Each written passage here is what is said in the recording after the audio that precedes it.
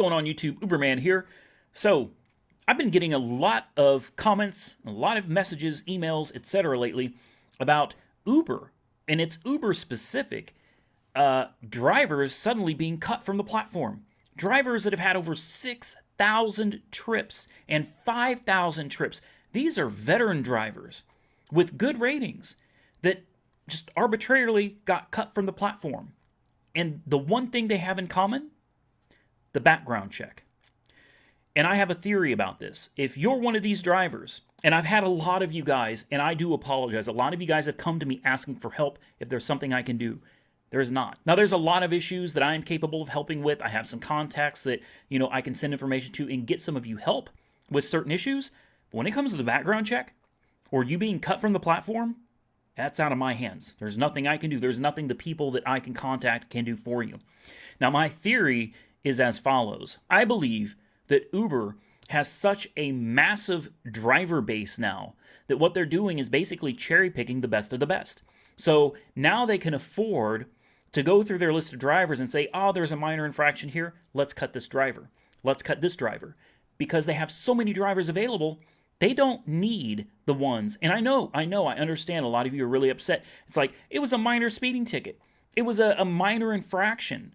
Or it was a misdemeanor charge from 10 years ago.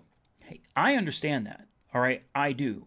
But Uber now has the driver base that they can afford to cut anybody questionable and only keep the best of the best.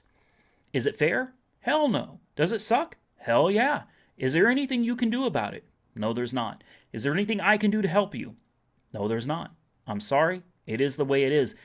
This is a sad time. There's a lot of good drivers out there that maybe have a small, questionable mark on their past that are getting cut when they've provided excellent service, and I personally think it sucks.